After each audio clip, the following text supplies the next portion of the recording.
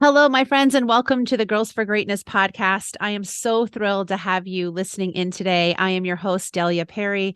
This is episode number 173, and today I have the honor of welcoming Anna Lundberg back to the podcast. Anna was actually a guest on the podcast in my first season, episode number 37 to be exact, a podcast entitled Reimagining Success. And today, Anna will be updating us a little bit about what she's been doing since then, as well as we are going to be talking more about her newly released book, Outside of the 9 to 5. Anna is the founder of One Step Outside, where she helps experienced professionals around the world design a career, a business, and a lifestyle that brings them more freedom, flexibility, and fulfillment outside of the conventional 9 to 5. Anna studied philosophy, politics, and economics at the University of Oxford, and then continued to do a postgraduate degree in international relations at the Graduate Institute of International Studies in Geneva. Anna eventually ended up in corporate marketing, and she spent a number of years in beauty and luxury brand management. Anna left her career at Procter and Gamble to start her own company in 2013, in which she began her new entrepreneurial path by providing digital marketing consulting to well-known brands like Burberry, to exciting new startups and solopreneurs. Anna now combines her expertise in corporate marketing with her training in coaching and positive psychology techniques to help people reimagine the next phase of their career with a blend of life coaching and business mentoring. Anna is also the host of her own podcast as well, entitled Reimagining Success. She is also the author of Leaving the Corporate 9 to 5. And as I mentioned earlier, she recently authored her latest book, Outside the 9 to 5. Anna, it's so awesome to have you here. It's so wonderful to welcome back to the podcast. Thank you so much. Oh, thank you, Julie. It's so lovely to reconnect with you. It feels like a long time and a lot has changed I know. professionally. So it's really nice to come back and I totally agree. I know it was fun to look back on that. When I was kind of prepping for this, I was like, oh my gosh, what episode was that? And I had to go back and check it out and be like, oh my gosh, number 37. That seems like it was so long ago. And so much has happened. Congratulations for keeping it going for so long. Oh, yeah. So many Thank podcasters you. give up so soon. So thank you I so know much. myself, it's a big project to It keep is. creating It consistently. is. So, but thank you. So tell us a little about kind of, I guess, like what has transpired, what has happened since you were on before. I know not everybody listening is maybe listened to that episode, but I know we're going to dive into some other things, but just maybe bring us up to speed as to kind of where you're at now and what's changed for you. Yeah, I think when we talked and I was, in fact, going on other people's podcasts is something that I've kind of reawoken to recently. Sure. And reconnecting, because it was such a great thing to do when I was first starting out, to talk to people all around the world. And it's one of the best things I think about working for yourself. I think that being able to meet people like you that I would never have come across in my normal life, right? Working in my little office and so on. And so I'm really happy to be doing it again. I think, I quit my job 10 years ago now, which is mind-boggling to me. So 2013. And it's so strange because from a marketing perspective, you're kind of hammering home the same messages and so on. And yet, of course, a lot of things have changed for me personally. Business has evolved and so on. So, I think in the previous podcast, I went back to my childhood and sort of my backstory. To skip all that, I quit my job in 2013 and I initially did some marketing consulting. I then discovered coaching, and I was, as many coaches, kind of really excited and enthusiastic about coaching. And I had this idea of reimagining success and so on. Obviously, over the years, the message has been refined and I developed frameworks, and the book is about my 5 pillars, which we can talk about later. But I've consolidated my thinking. I've gained confidence. I've written 2 books now, have my own podcast. Personally, I was doing the whole digital nomad thing, which I loved. It was, the best few years of my life. But then I met someone in London, came back to London. We left London 2 years ago. So now we're in Poole on the south coast, living by the sea. And I've become a mother. So I now have 2 little children. So, we talk about reimagining success, defining what success means to you. Obviously, my definition has changed quite a bit from when I first quit my job and I was just about freedom and traveling and adventure and so on.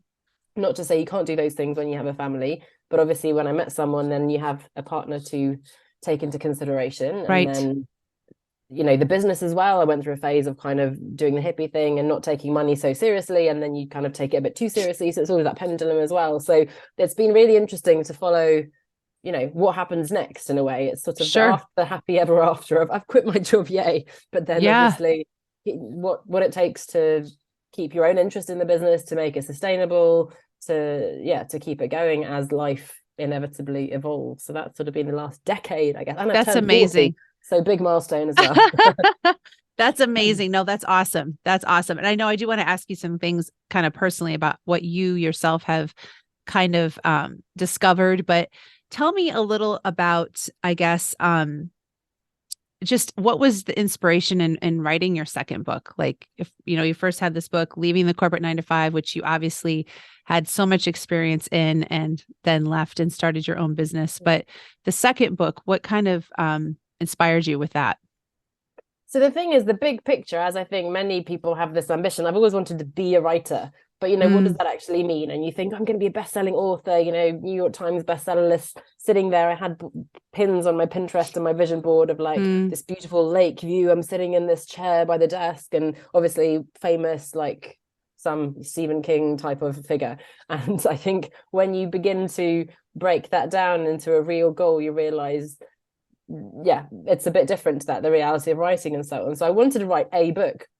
And I had published another book with a former colleague, and it's a guide to new hires, ironically, people starting in their job. And now I've written a book about quitting a job.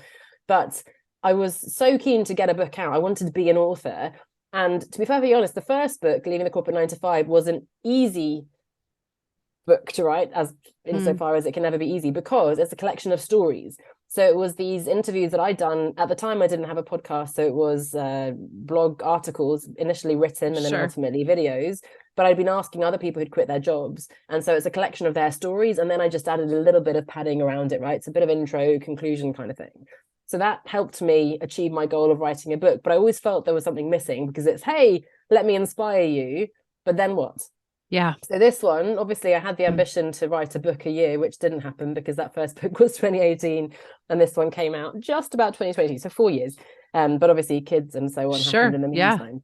But I always wanted to write the next step. So this is really, I'm so proud of this one, because it's really my own original writing. It's my thinking, my strategies, and it's a really practical sort of how-to guide. It's strategy, but it's really how can you do this down to the very nitty-gritty of it. It's not like running Facebook ads or things like that are going to kind of come and go, do a TikTok reel or whatever it is. It's more big picture strategies and frameworks and mindset and so on. But it's really the companion book to the first book. And now I feel like I've got 2 books, not quite a pile of books, but I feel like I can begin to That's awesome. say that I'm an author. That's awesome. Now, because I have actually published a few books. So this one is more like tactile in terms of like how you would start your own business if you wanted to do that, right? Like, in what were the things you'd want to have in place? Am I getting that right? Yeah, exactly. And actually what I love, and it's a hard marketing message, but the 5 pillars that I talk about are applicable, they're still applicable for me 10 years in. So it's not just starting a business. I actually think the more interesting thing is when you're a few years in, because when you're starting, you're sort of enthusiastic, you try lots of things, you're not quite ready to focus yet because you don't really know. It's more maybe 2-3 years in when you're thinking, it's not quite going as fast as I wanted it to. I need to focus a bit more. How do I now really take this a bit more seriously, be more systematic, strategic, and so on, right? So in a way, it's really that next stage of making it a sustainable business that will last, and not just, hey, I've set up a website, started this business cards, and that's not, the initial book was really about that moment of quitting, which feels like a huge step, and it is. Right. That's the first step, really. And, the roller coaster, the real roller coaster comes in the years afterwards, really. Yeah. Yeah, no, that's awesome. That's awesome. I think that's great. So that's definitely for, even people who have had their own business, but maybe are struggling, like you said, to make it sustainable or to find that balance in their life. And I'm curious for you, I guess, just knowing, your own just changes in your own personal life since then, and having a family and being married and all those things, just how, your perspective maybe on balance, I should say, or if that's even achievable or attainable. That's another thing I talk to a lot of people about on here is, is that an illusion, you think, or is that something that we have to just kind of establish what balance means for each of us? Or I'm just curious your take on that and just maybe how that's shifted. I love that question. And it's my big obsession, as you can imagine right now, personally and professionally. We're not married actually, but obviously do have my partner and my little kids. And I prefer, so I think work-life balance, the idea is something we heard in corporate, and it was kind of companies pay lip service to it with their kind of wellness program in the past. I think it's improving, but still, ultimately, a company can say they care about your well-being, and more do, and there are startups that have better ethics and values and so on. And even the data says that, employee well-being and so on is vital to productivity and retention and all these things. But ultimately, that's not something companies care about. They want to make money. So it's a real challenge. And if you say work-life balance, you've got work here and life there. And the assumption is if you have more life, more personal life, i.e. in the UK, we had an issue recently where somebody was sort of ruled out of being considered for a political post because they were on maternity leave. And the question was, hang on a second, should we just rule someone out because, they're off on sabbatical with their kids, so she now no longer has any ambitions anymore. And of course, we had Jacinda Ardern in New Zealand who stepped down because she basically burnout, I guess you could put a label on it, right? So I think the assumption is more life means less work, which is not good for the company or the employer. Or likewise, obviously, if you want to achieve your ambitions, that means you have to sacrifice your health and your relationships, and you're probably going to get a divorce and not see your kids and so on. And I hate that idea. So I'm really trying to debunk that and see it rather as work-life integration, which I think is a term, that's great. Harmony, synergy. Yes. It'll never be perfectly seamless and magical, but the idea is, especially when you have your own business, to make it work as a whole. So, if we're lucky enough to find a business that we love, and especially the kind of work I do, it's such a fit with what I find interesting anyway.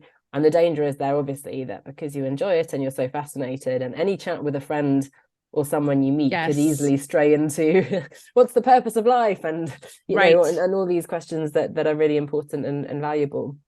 But making it work around seeing it more as there are synergies, getting creative with how you design things.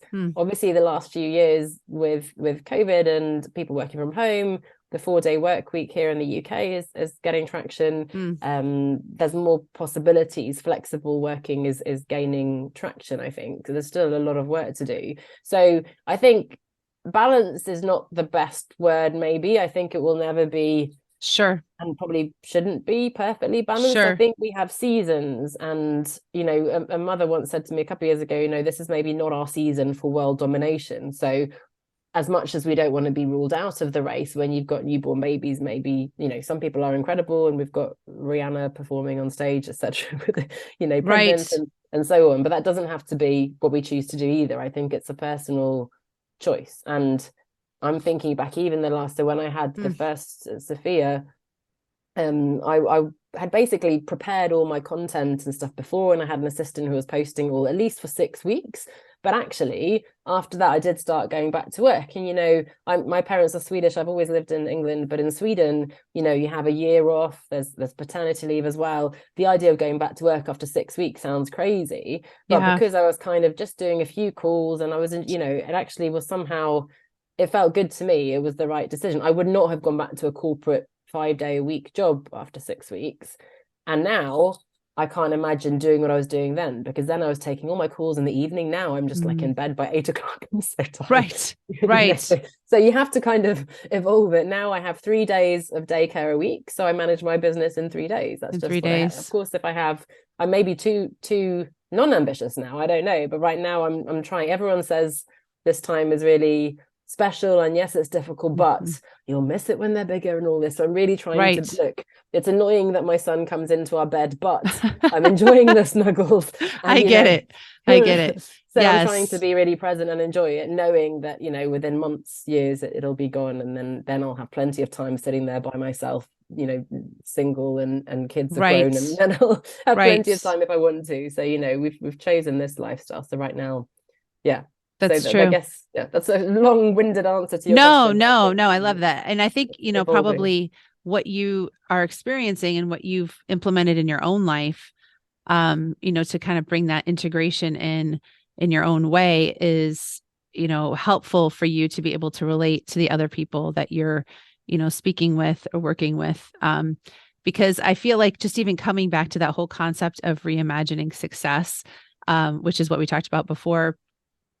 I mean, and what you could even tie into, I think obviously even with this new book that you've written is how that changes, even more, I think once we do kind of reach that point where we're, starting a family or maybe even in a different place in our, parent rearing years with our kids as they get older, and how I know for me personally, I feel like my idea of success is starting to shift, just knowing my kids are getting a little bit older and what do I want that to look like? And I'm at a point, on the other end where I have, a daughter who's got one more year left of high school. And I feel like, oh my gosh, like I have to soak in this last year and maybe, tweak some things in the way I do things and my priorities and just all of that. So I think it's worth mentioning again. And I'm sure for you that you found like that is kind of an ever evolving thing, the whole idea of success.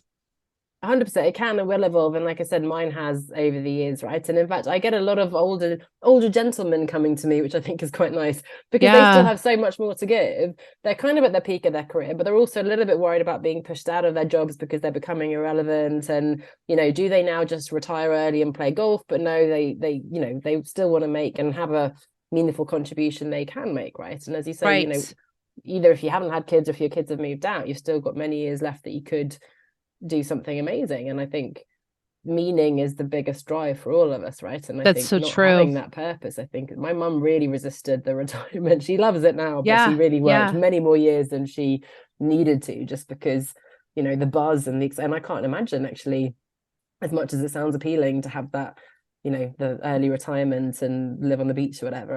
I love a project, and I'm always looking for the next thing to, it's nice to not have the financial obligation, obviously, but I think we all like to work towards something. Right. And so having that meaning, and that meaning again, will evolve whether we have kids or not, whether we're single or not, old, young, all these things. And we talk about these generations, right? I'm quite fascinated by that, because Gen Z, the famous Gen Z, apparently are coming in questioning everything, right? They won't, because when we started work, and we were willing to, I think, sacrifice all these things because that was the kind of given thing. And the whole, even the lazy millennials, and then you've got the Gen Z who are even more, they don't want to sacrifice all those personal things for career and so on, right? So that is going to change everything, I think, if you've got a whole generation coming with very different assumptions as to what that's true, professional success means. They're willing to hop between companies, industries. We're going to have 6, 7 different sort of careers, not just different jobs, but careers in our life,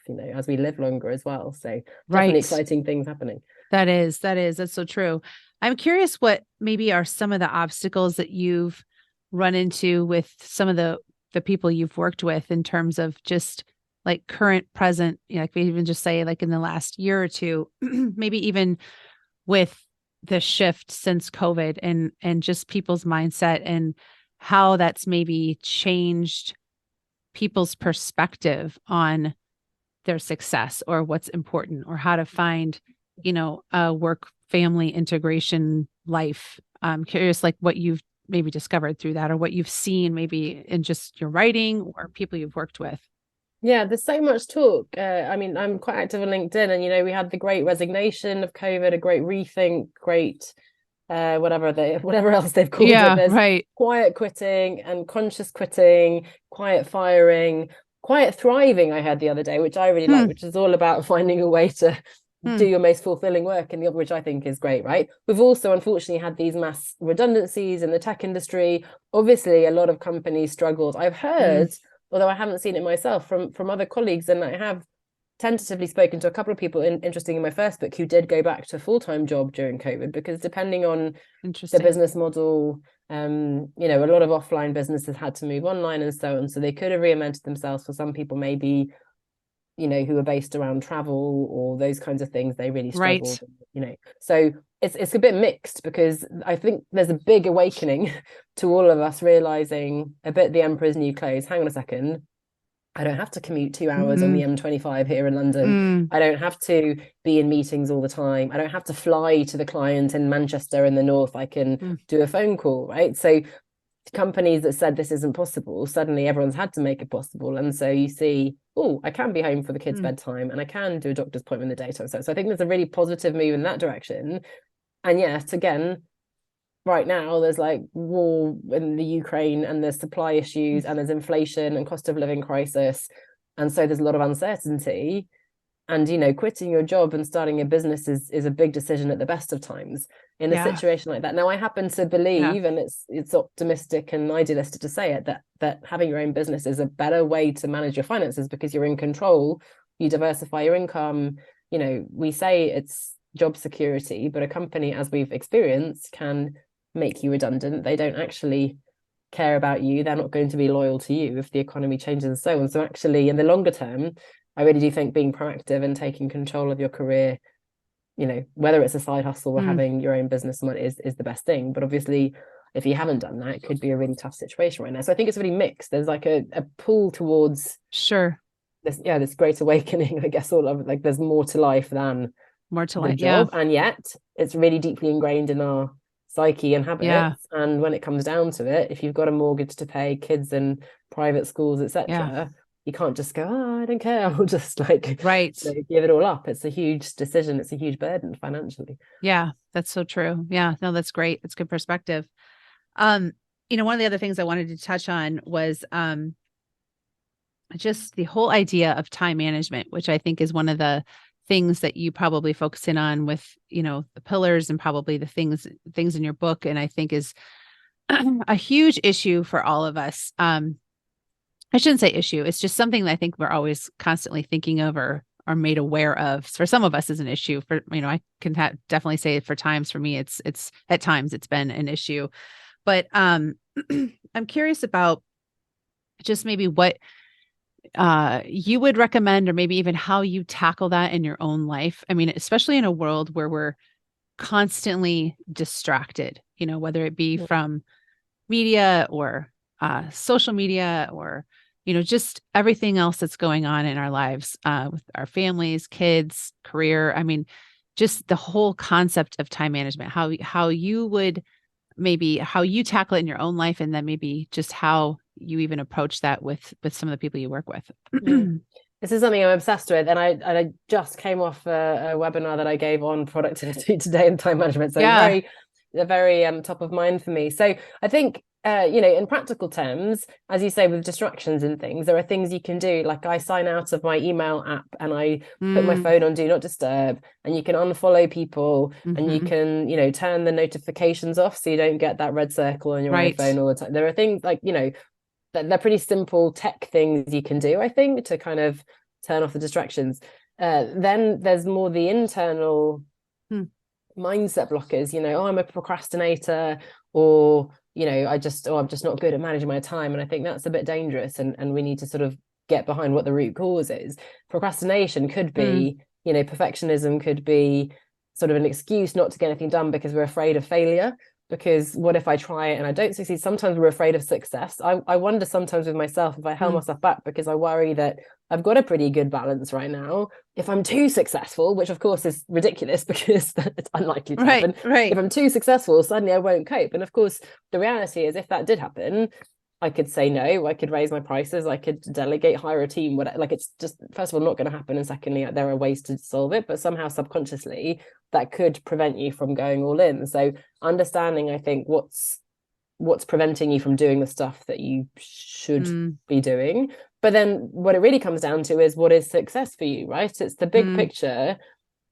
So I have my 5 pillars in this book. I have many frameworks now after all these years. I've got my 5 L's that I use, which is sort of the 5 different areas that matter in your life. So I have live, which is your health and well-being; love, relationships and belonging, like community, not just romance; learn, which is development, personal development and growth; lead, which is your career, your business impact; and then laugh, which is a strange one, but fun and spontaneity and, you know, enjoying life. Love that. Basically.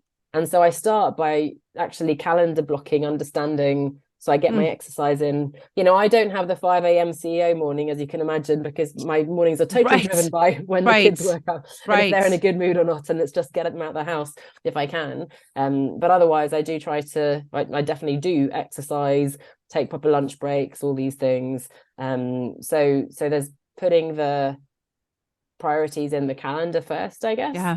And then so that's, I don't know if you've heard of the big rocks. So that's, you put the big rocks in first. If you imagine Yes. like a Yes. jar, what we usually do is put all the stone and the gravel and the sand in, which is Yes. all the email and admin and the busy work.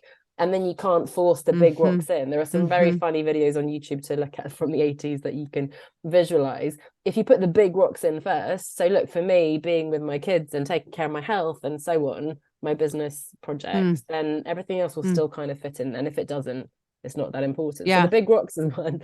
And then the second metaphor, which is similar, is about juggling balls. It's such a cliche, but everybody I talked to in the workshop was talking about how do we do the juggle? How do we juggle? And it was, I think Brian Dyson, who was the CEO of Coca-Cola, like in the 90s or something, he gave a commencement speech about, look, some of your balls are rubber. If you drop them, they'll bounce right up. The example I always give is if I don't do Instagram reels for a few days, weeks, even months, my personal brand is not going to collapse. My business is not going to, yes, I might get a few more views if I did a few fun reels, but, ultimately life goes on. Other balls are glass. My personal health, mental, physical, my kids won't survive without me, my relationship with my partner, those are glass balls. So those are the ones you can't drop. And unfortunately, because we don't want to drop any balls, we end up inevitably dropping balls, and then you have no control over whether it's glass or rubber. If we can, shock horror, intentionally drop a ball now and then, if we can choose to drop the rubber balls to make more space for the glass. And I've thrown in a third ball inspired by a client, which is the lead ones.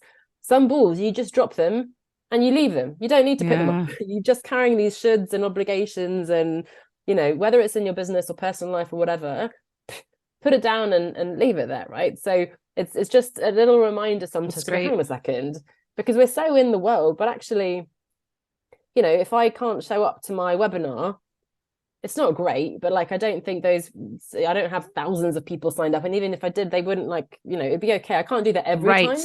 Right.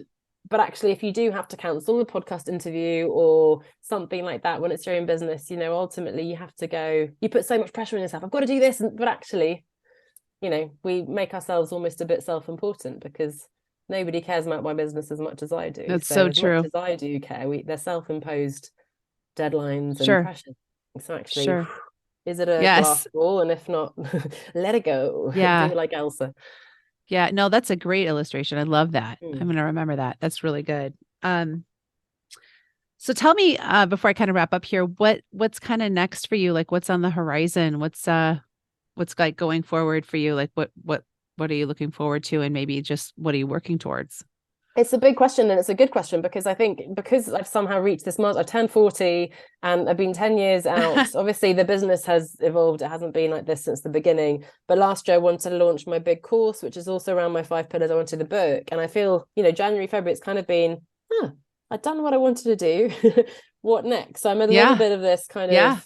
Sure. Of course, I want more. I want to grow this more, and I want to get people into my programs and things. But I've also got kind of an exciting time of, what is next? What's the next book? How do I make my podcast bigger? There's also some corporate work that I've always kind of kept going in the background, which I love doing, but I'm not really intentionally focused on it. So I'm playing around with how can I actually go into companies and help them with stuff, not just work with the people who are leaving that world, ironically, but also actually help them. Because as people keep telling me, it's 95% of people aren't going to quit their jobs. Actually, I don't know what the number is. I made it up, but most people, perhaps many people, are not made for working for themselves, but I still want to help them find fulfillment, get that integration right. All these things actually pretty much that are in the book here and that are relevant for a business owner are relevant in your career as well, building your personal brand, defining success for you, and so on. So I think that's the kind of corporate side, maybe. But apart from that, maybe challenging myself to be more visible now that I'm through, knock on wood, the worst of the newborn years. More in person, more speaking, more, but while still keeping the balance. Right. No, I love that. That's awesome, Anna. So my last couple of questions, I'm not going to ask you the same ones that I asked you the first time you were on, but I might have a different answer. You probably do, but so my first one, what's one thing that you're working in your own life personally to improve on currently? Oh gosh, what am I not working on? I'm such a self-improver. Same.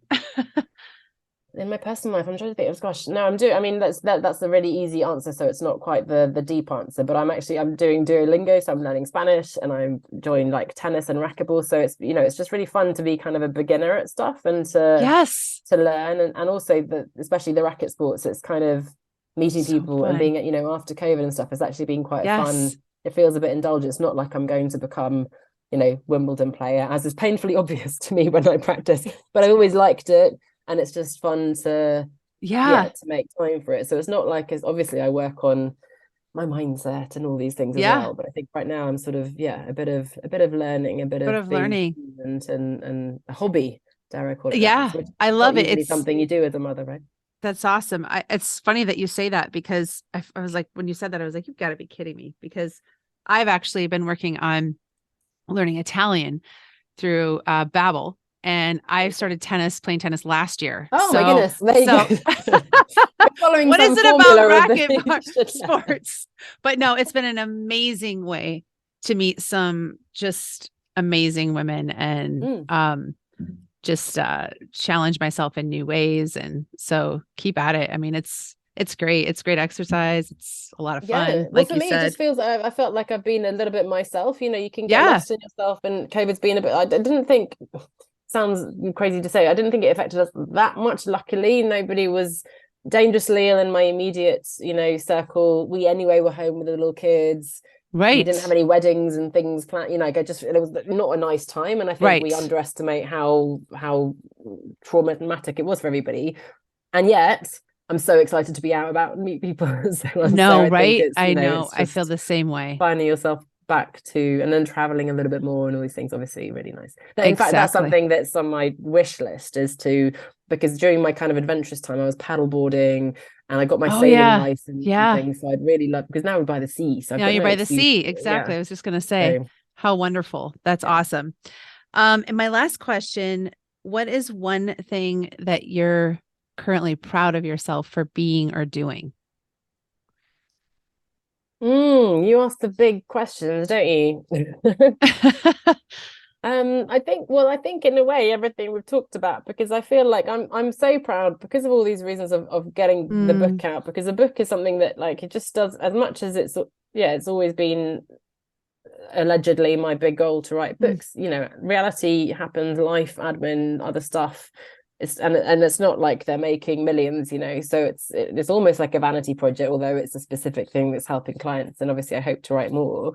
But for me, actually doing what I want to do feels too simplistic, but it's being like my actions being aligned to my vision, I suppose, both in terms of achieving those goals, but then also I've really been prioritizing exercise. I've worked with the nutritionist and trainer for the last couple of years, and I mean, it's not about the weight, but I've now, lower than I ever thought was possible, given the aging and motherhood and so on, and I'm stronger and fitter, and I'm running. In fact, that's another thing I'm doing a lot, actually, so I'm quite proud of myself for doing all these things.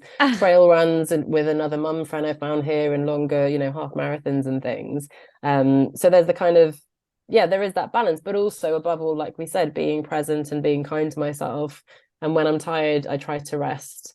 And when my son was ill last week, I sat with him, and he snuggled with me, and it's hard and I can't get work done. And I tried a little bit, my laptop there on the side, but I also recognize that, we've been quite lucky, actually. They haven't been so sick the last few months. So it felt like we were due something, and it's just a reality. So I think, again, a long-winded answer, but both working, it took me a year to write the book. So slow but steady wins the race. And then in the meantime, not losing sight of what really matters as well, in terms of family and health. And that's awesome. That's awesome. I love it. I love it.